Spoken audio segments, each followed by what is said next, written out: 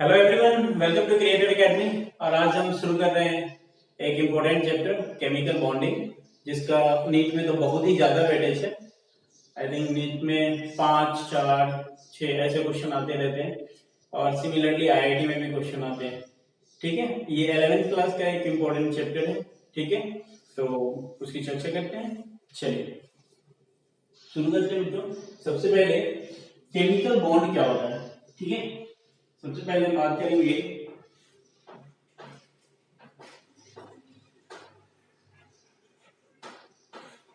Chemical bond.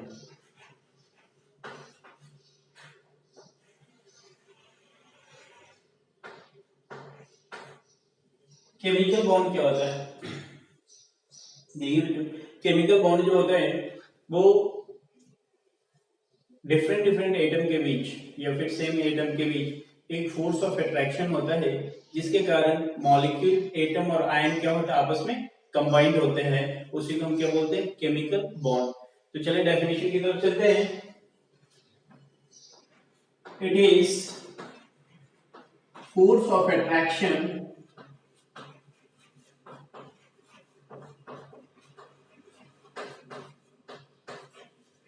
which binds together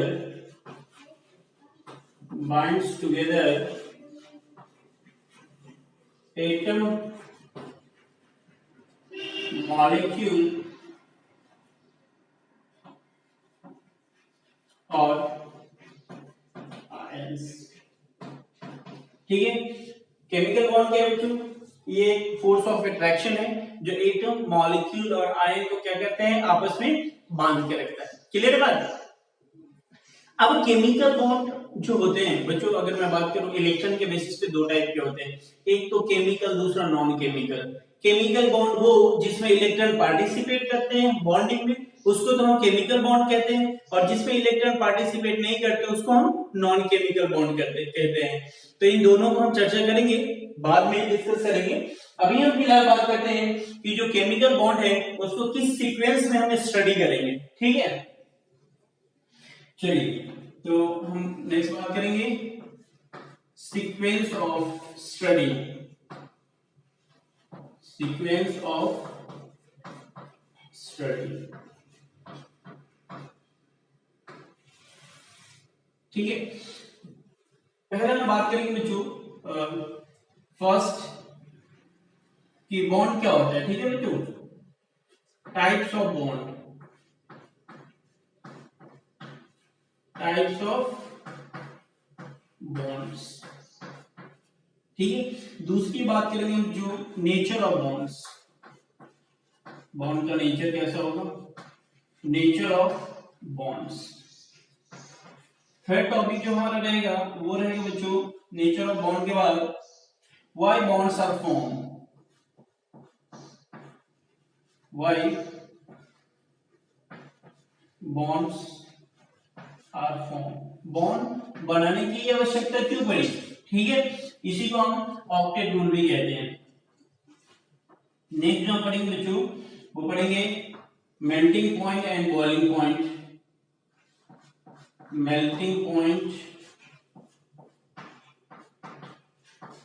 and boiling point.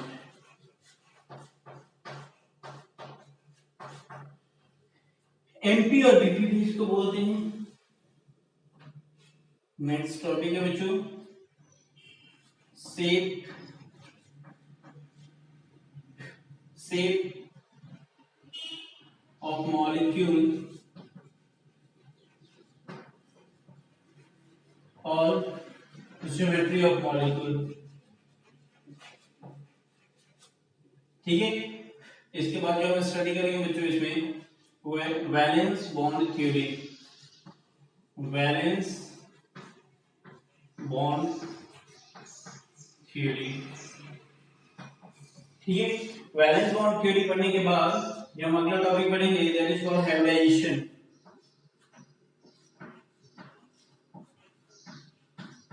Hybridisation.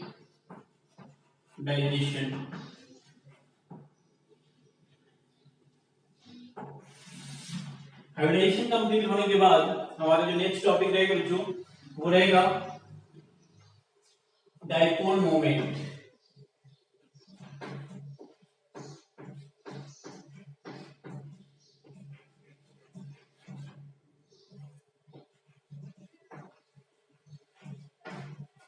ठीक है, dipole moments. Dipole moments के बाद next topic hydrogen bonding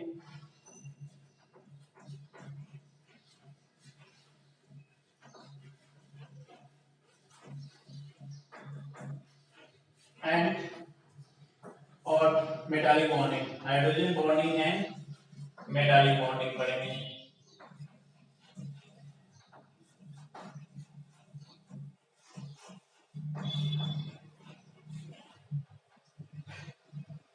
उसके बाद हम पढ़ेंगे in of the topic molecular orbital theory.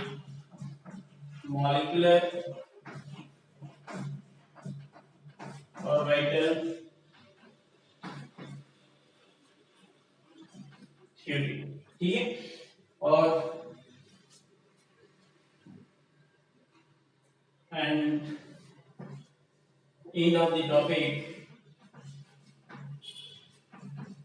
end of the topic we discuss bridge bonding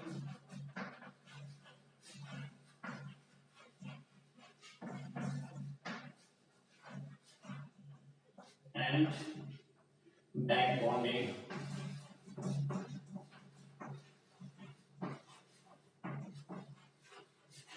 ठीक है, this is the basic theme of chapter।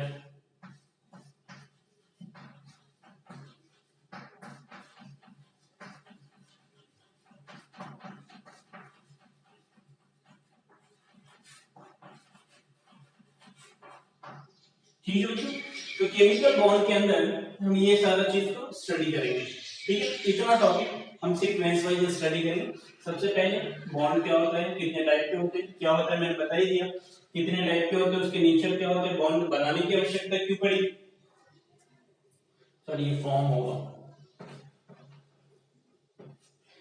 उसके बाद melting point and boiling point, shape and geometry, valence bond theory, hybridisation, dipole moment, hydrogen bonding and metallic bonding और molecular orbital theory, और end of the topic हम discuss करेंगे bridge bonding और back bonding के बारे में। Clear बच्चों, तो ये हमारा सीक्वेंस है। चलिए अब हम बात करते हैं क्लासिफिकेशन की। ठीक है, मैं इसको मिटा रहा हूं।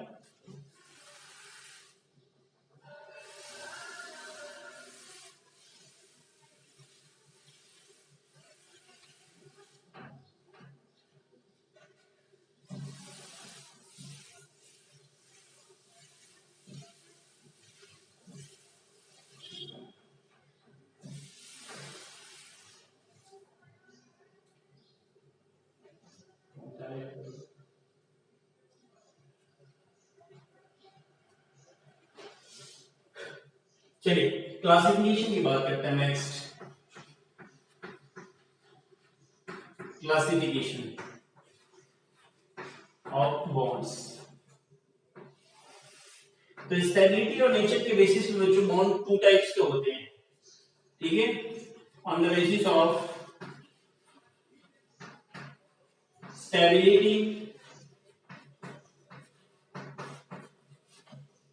एंड नेचर,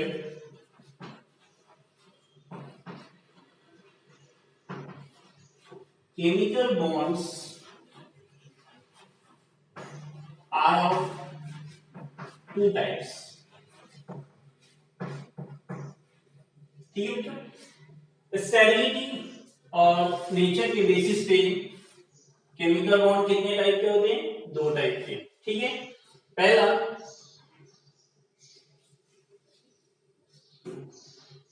फर्स्ट को बोलेंगे बच्चों स्ट्रॉन्ग बॉन्ड,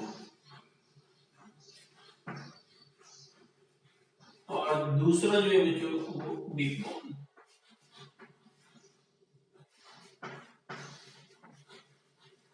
अब स्ट्रॉन्ग और वीक हम किस बेसिस पे बताते हैं, कैसे बताएंगे कि ये स्ट्रॉन्ग बॉन्ड है और ये वीक बॉन्ड है कि नहीं? तो देखिए बच्चों, यहाँ पे जो हम देखते हैं बॉन्ड एनर्जी के बेसिस पे देखते हैं, और जिस बॉन्ड का bond energy greater than 42 kilo joule per mole है तो उसको हम क्या बोलते हैं, स्ट्रॉन्ग बॉन्ड। और जिसकी बॉन्ड एनर्जी 42 किलो जूल से कम है उसको हम क्या बोलेंगे बच्चों, वीक बॉन्ड बोलेंगे। ठीक है, तो बॉन्ड के बेसिस पे, एनर्जी के बेसिस पे, बॉन्ड एनर्जी के बेसिस पे बॉन्ड हमारा दो टाइप के हुआ, एक तो स्ट्रॉन्ग बॉन्ड और दूसरा वीक बॉन्ड। अब हम बात करते हैं क्लासिफिकेशन ऑफ स्ट्रॉन्ग बॉन्ड।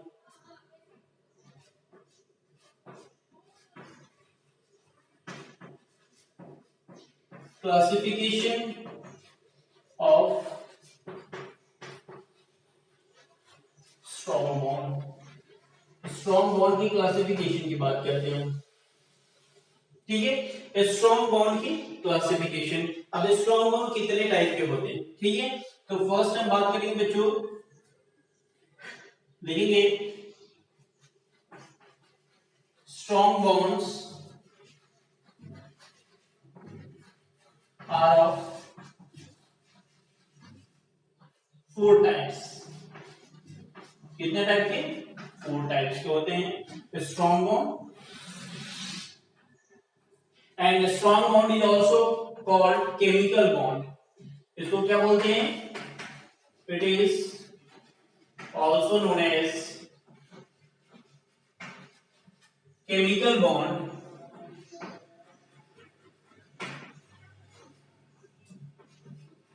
क्यों कहते हैं केमिकल बॉन्ड बच्चों, स्ट्रॉन्ग बॉन्ड को केमिकल बॉन्ड क्यों कहते हैं? बिकॉज रीजन ये है कि यहाँ पे इलेक्ट्रॉन पार्टिसिपेट करता है बॉन्ड फॉर्मेशन में। Chemical bond because electrons are participate in bond formation।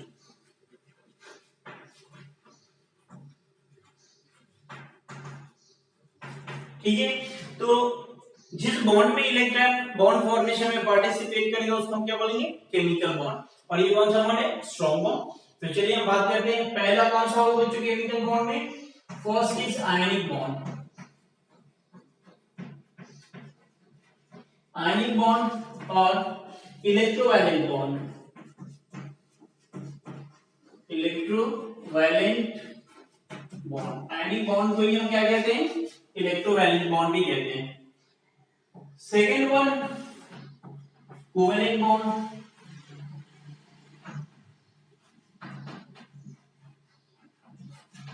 Third bond बच्चों कोऑर्डिनेट बॉन्ड। कोऑर्डिनेट बॉन्ड और इसी को बोलते हैं डेटिव बॉन्ड।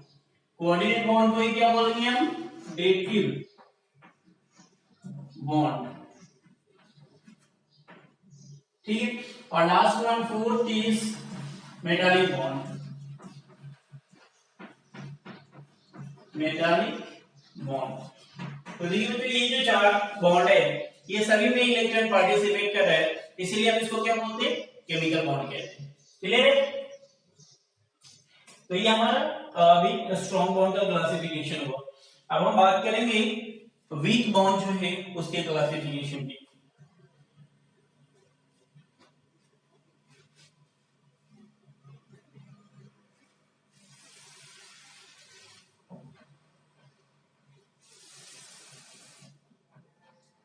अगर आपको नोट करना है आप पॉज करके नोट कर सकते हैं फटाफट।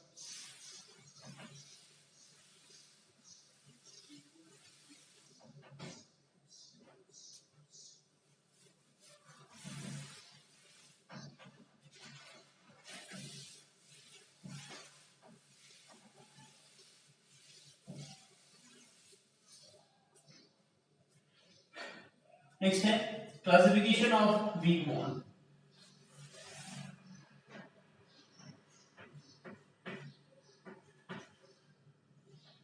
Classification of weak bond.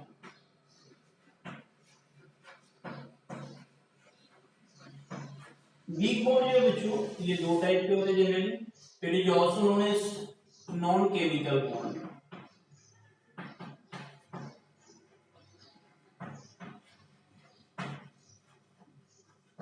Because इसमें इलेक्ट्रॉन पार्टिसिपेट नहीं करता बच्चों, सिर्फ क्या लगता है फोर्स ऑफ अट्रैक्शन के कारण ये बॉन्ड बनता है.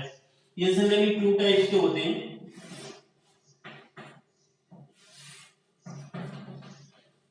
ये हाइड्रोजन बॉन्डिंग, हाइड्रोजन बॉन्ड, और इसको एच बॉन्ड भी कहते हैं. ठीक है. इसका जो बच्चों बॉन्ड एनर्जी है हाइड्रोजन बॉन्ड की बॉन्ड एनर्जी, ये आपका 8 to 42 किलो जूल है. कितना बच्चों? 8 से 41 kilo joule, sorry 41 kilo joule per mole. ठीक है. ये एक स्पेशल टाइप का डाइपोल डाइपोल इंटरेक्शन होता है. It is special type of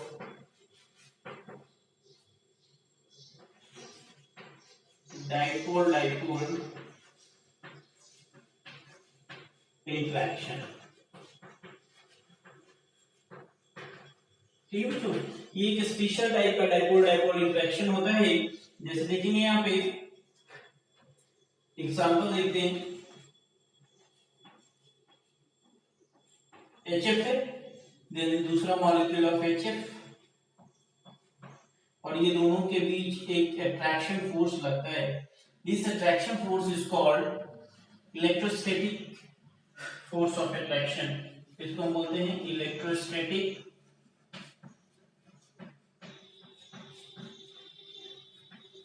force of attraction.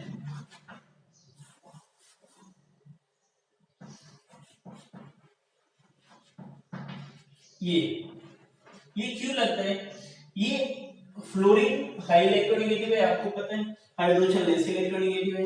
तो ये क्या कोवेलेंट बॉन्ड के दोनों इलेक्ट्रॉन को अपनी ओर अट्रैक्ट करेगा, जिसके कारण इस पे पार्शियली नेगेटिव चार्ज आएगा और इस पे पार्शियली पॉजिटिव चार्ज. यहाँ पे इस पे अगेन पार्शियली नेगेटिव और पार्शियली पॉजिटिव. तो ये दोनों पोल्स के बीच एक फोर्स काम करता है जिसको बोलते हैं electrostatic force of attraction. Second है बच्चों वंडरवाल फोर्स. Van der Waals force. ठीक है बच्चों, ये जो वंडरवाल फोर्स होते हैं ये कई टाइप के इंटरेक्शन फोर्स होते हैं. ठीक है. फर्स्ट है it is also called dipole dipole interaction. Dipole dipole interaction या dipole induced dipole. Dipole induced dipole interaction या dipole dipole ion interaction. Dipole ion interaction.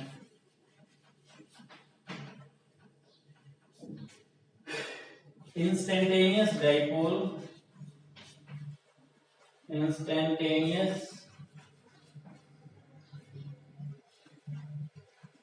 dipole, induced dipole.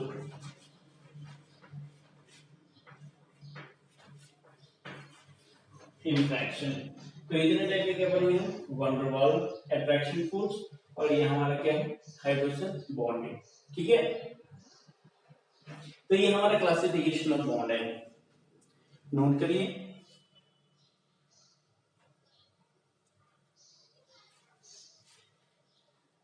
अब हम बात करेंगे बच्चों कॉज ऑफ बॉन्डिंग की.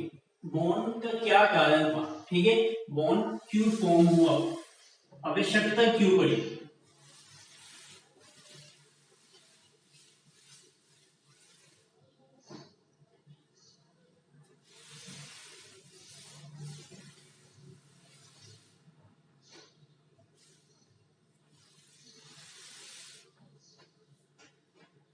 Next one है cause of bonding.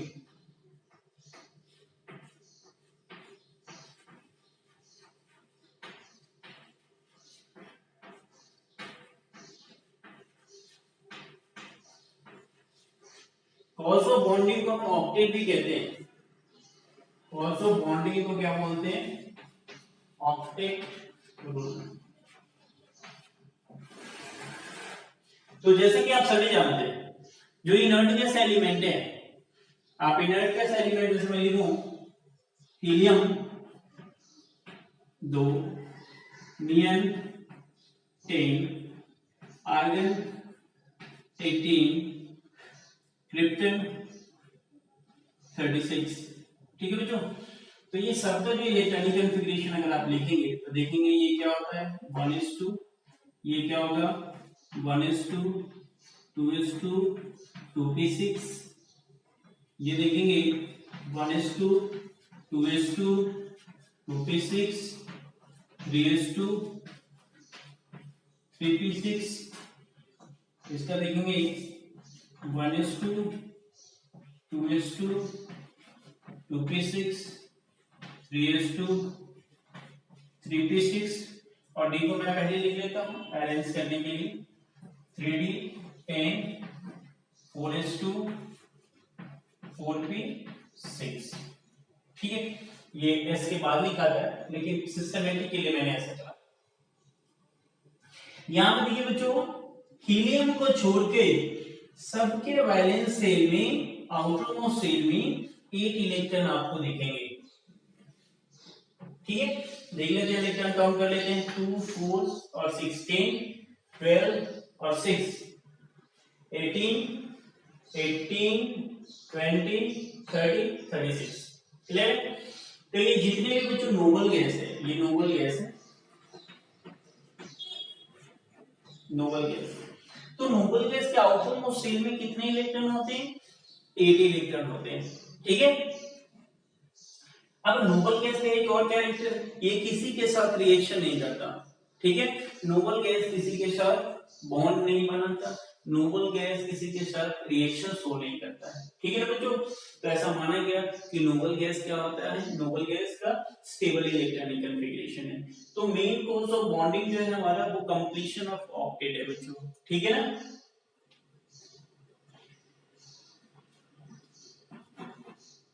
main cause of bonding, main cause of bonding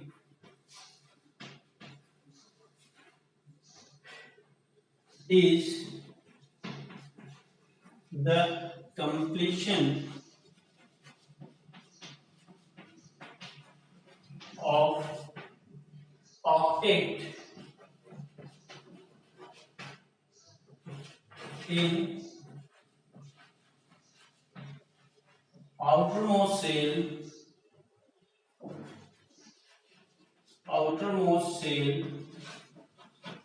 of atom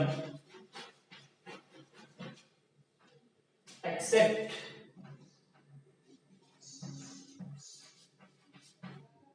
hydrogen. ठीक है बच्चों, हाइड्रोजन को छोड़ के, that rule is known as, that rule is known as octet rule, that rule is known as octet rule। ठीक है बच्चों, octet rule. अच्छा, स्टार्टिंग में ये क्या था, जस्ट एक ऑब्जर्वेशन था। ठीक है ना, तो लिखेंगे it is generally observation, it is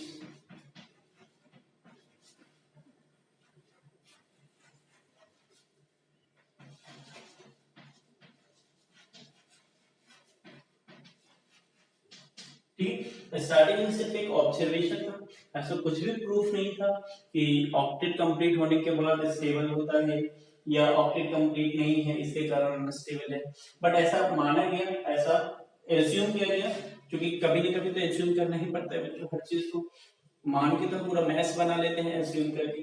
तो ये चूंकि किसी से रिएक्शन नहीं करता था, किसी के साथ बॉन्ड फॉर्म नहीं करता था, इसलिए माना गया कि ये क्या होता है, स्टेबल इलेक्ट्रॉनिक कॉन्फ़िगरेशन होता है, स्टेबल बॉन्ड होता है। ठीक है, तो इसी के रिलेटेड, इसी के रिगार्डिंग कुछ दिनों बाद लुईस और कॉसेल, दो साइंटिस्ट था, उसने एक थ्योरी दिया, ठीक है, जिसको लुईस और कॉसेल थ्योरी कहते हैं, ठीक है, या इलेक्ट्रॉनिक थ्योरी कहते हैं।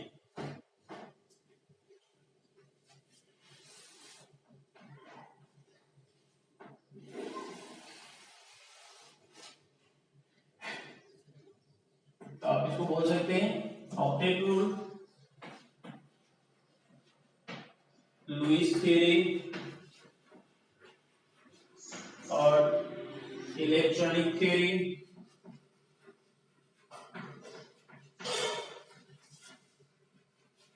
और octet rule.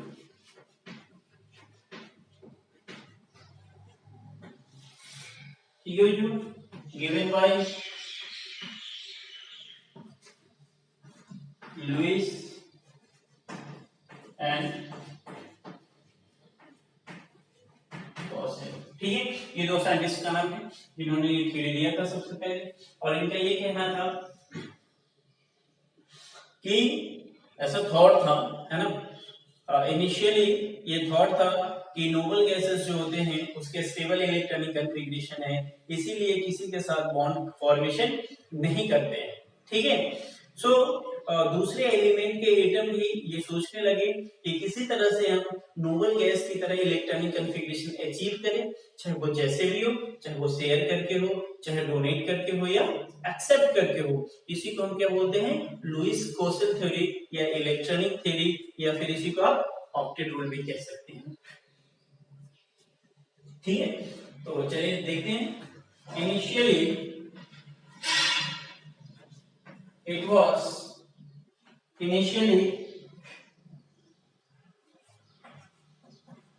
it was thought that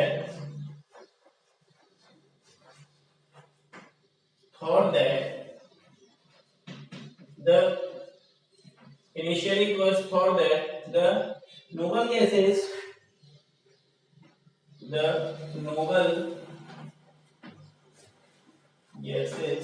has stable electronic configuration,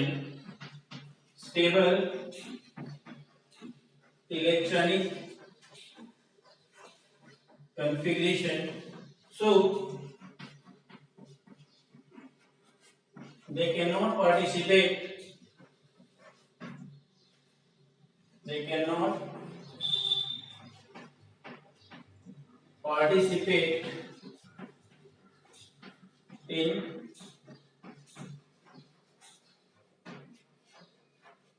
chemical bond till chemical bonding. The atom of other element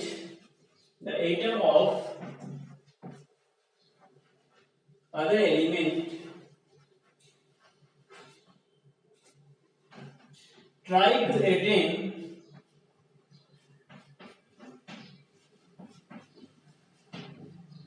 this stable configuration by loss of electron or by gain of electron, loss of electron by gain of electron, and by sharing of electron.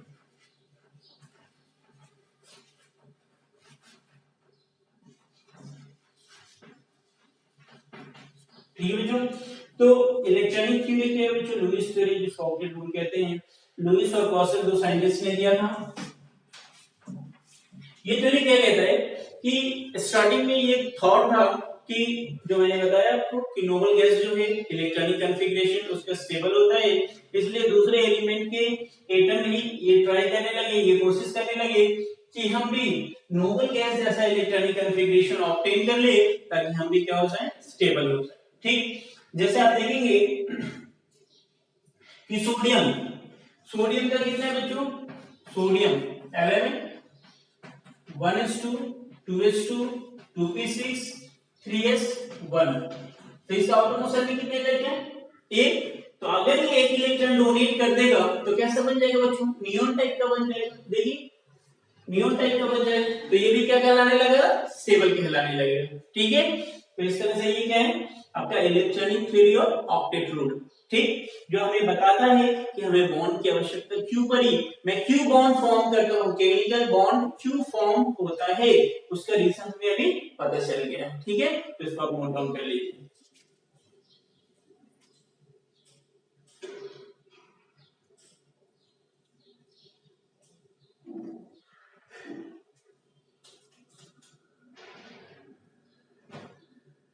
लेकिन हर चीज का कुछ ना कुछ, अब chemistry है तो chemistry के में एक्सेप्शन भी होते हैं, बहुत सारे एक्सेप्शन आते हैं कि भाई कुछ ऐसे भी एलिमेंट है जैसे हीलियम है, आपको दिख रहा होगा इधर हीलियम का देखिए बेटो आउटर मोस्ट ऑर्बिट फुलफिल तो है क्योंकि एक ही ऑर्बिट है नहीं, और उसमें एक ही क्या है बच्चों ऑर्बिटल्स है यस जो फुलफिल है।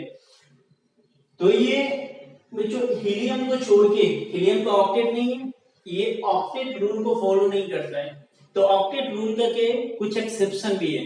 ठीक है, जैसे हीलियम है, हीलियम के आउटर मोशन में 2 इलेक्ट्रॉन है, फिर भी ये क्या कर रहा है बच्चों, ये दूसरे से कभी शेयरिंग नहीं करता, कभी बॉन्ड फॉर्म नहीं करता, तो इसको भी कहां रखा गया बच्चों, नोबल गैस के अंदर रखा गया। ठीक है, और से बहुत सारे कंपाउंड हैं जो इस रूल को फॉलो नहीं करता है, उसको बोलते हैं एक्सेप्शन ऑफ ऑक्टेट रूल। ठीक है, तो हम exception of octet rule next class में पढ़ेंगे। आज इतना ही, थैंक यू वेरी मच। क्योंकि वीडियो लंबी हो जाती है तो आपको परेशानी होती है देखने में, तो छोटी छोटी वीडियो बनाएंगे फिर अपन देख लेंगे, उसके हिसाब से करेंगे।